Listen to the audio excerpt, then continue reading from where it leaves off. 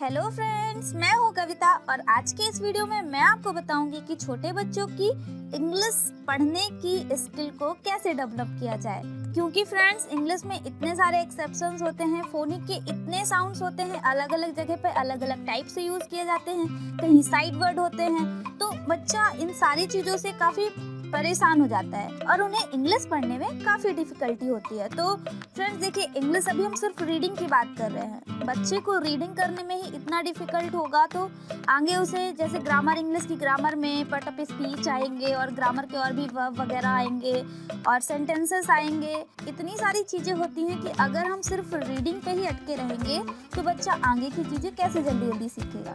तो देखिए फ्रेंड्स, इसके लिए मैंने यहाँ पर सारी जो रूल्स वगैरह यूज होते हैं पढ़ने में, वो सारी चीजें थोड़ा थोड़ा बताई हैं जो बेस्ट तरीका है जिससे इंग्लिश बच्चा इजीली पढ़ सकता है। के बाद में आपको वो तरीका बताऊंगी। तो सबसे पहले जान लेते हैं वोवेल साउंड।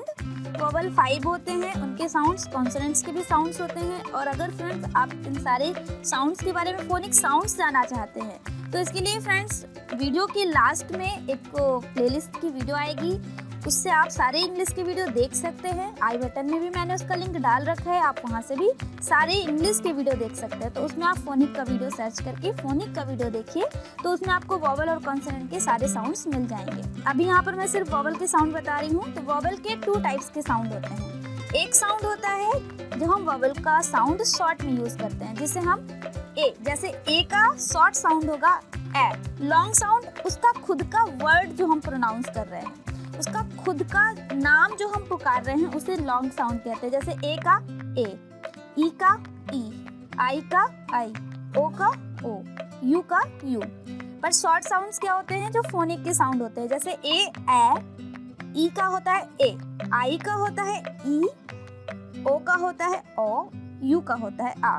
एक बार मैं एग्जांपल के साथ बता देती हूँ। A apple, E egg, I igloo, O orange, U umbrella. तो ये हो गई वोवेल साउंड की बात। जैसे देखिए letter E as a special character. अब देखिए लेटर ई एक स्पेशल कैरेक्टर के रूप में भी कभी कभी सामने आ जाता है। जैसे कि टी-यू-बी को हम क्या पढ़ेंगे? टब।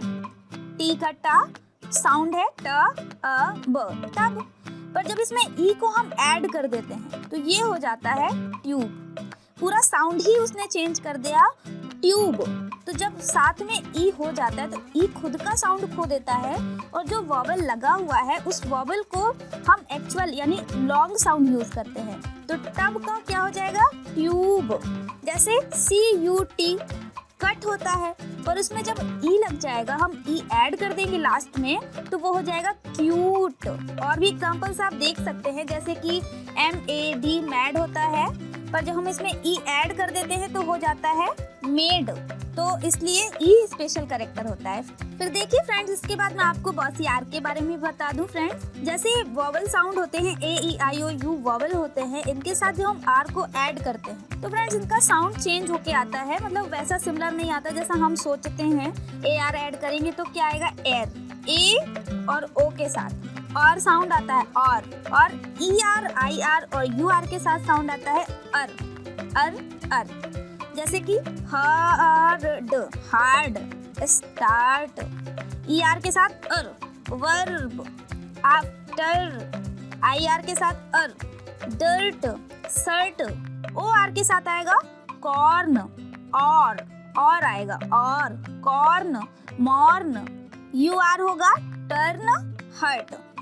फिर देखिए फ्रेंड्स, इसके बाद है वाई भी काफी स्पेशल है। समटाइम्स तो लेटर वाई को हम वोवेल ही कहते हैं, जैसे A-E-I-O-U एंड वाई, क्योंकि वाई के भी कई जगह पर साउंड अलग अलग रहते हैं। जैसे यहाँ पर हम पढ़े योर, या साउंड आ रहा है वाई का। अगर हम यहाँ पर पढ़ेंगे तो ड्राई, आई का साउंड आ रहा है। यहाँ पर हम बोले डेली तो ई का साउंड आ रहा है। तो वाई का भी अलग अलग साउंड होता है। कहाँ कहाँ कैसे यूज होता है इसे मैं शॉर्टकट में आपको बता दूं। जब वाई कभी वर्ड के फर्स्ट में यूज होता है या मिडिल में यूज होता है तो उसे हम या यानी वाई को या ही प्रोनाउंस करते हैं। जैसे yarn, yellow, yesterday, your, yes. तो ये हो गया हमारा वाई जब फर्स्ट और मिडिल में आता है। फिर इसके बाद है वाई को आई का प्रोनाउंस करते हैं। जब स्मॉल वर्ड हो और लास्ट में यूज हुआ हो वाई, तो उसका sound long sound I pronounce किया जाता है। जैसे ड्राई, वाई का साउंड आई, वाई। क्राई, तो वाई को आई कहते हैं। फिर जब वाई लास्ट में हो लेकिन उसका जो वर्ड है वो बड़ा हो, लॉन्ग वर्ड हो, तो उसे हम ई साउंड पर प्रोनाउंस करते हैं। जैसे डेली, लेजी, डेजी।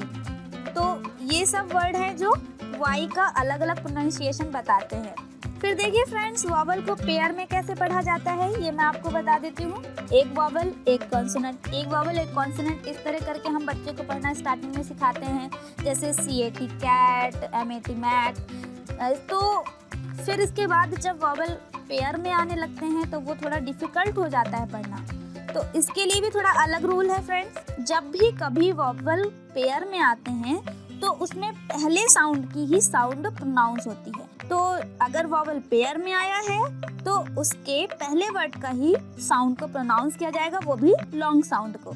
ये कुछ पेयर्स हैं जो यूजुअली आते हैं रीड करने में। जैसे AI है ट्रेन, ट्रेन। ए का साउंड आ रहा है ट्रे, ए मतलब ए का लॉन्ग साउंड यूज किया जा रहा है।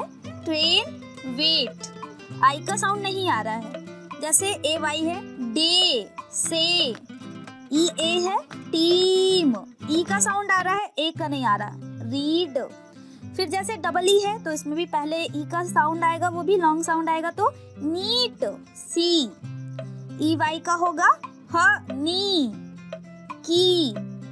IE का होगा, आई का साउंड आएगा डाई, लाई।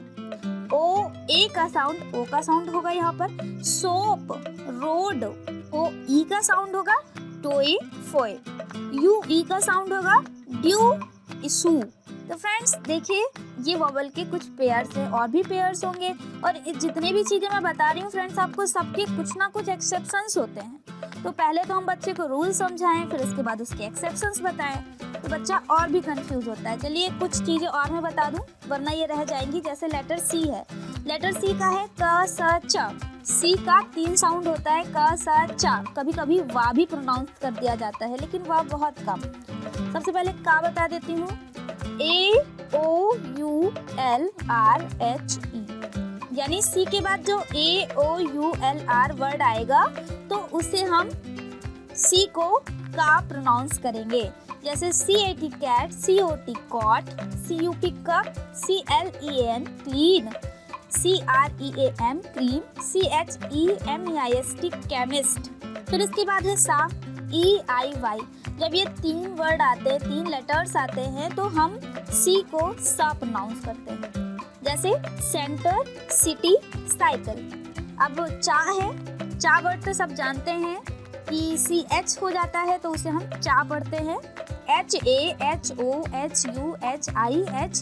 तो इन्हें हम चा में प्रोनाउंस करते हैं। जैसे CHANGE चेंज। CHO वाला है तो चॉकलेट, HU है चौबी, HI है चाइल्ड, HE है चीक, चीक, चेस्ट।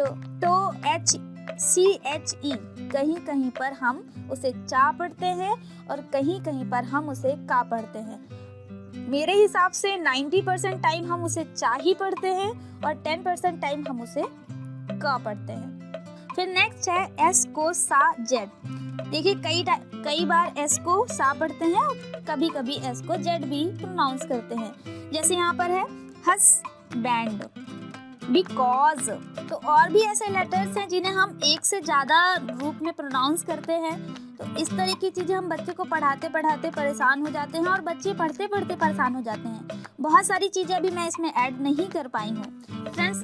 मुझे लगता है कि ये काफ़ी डिफ़िकल्ट आपको लगा होगा बच्चों को पढ़ाना। सिर्फ हम बच्चे को रीडिंग पढ़ा रहे हैं और उसमें हमें इतनी सारी चीज़ें बच्चे को बतानी है। इसके अलावा फ्रेंड्स साइड वर्ड्स होते हैं, साइड वर्ड्स के कोई फोनिक रूल ही नहीं यूज़ होता, ये भी हमें बच्चे को पढ़ाना है।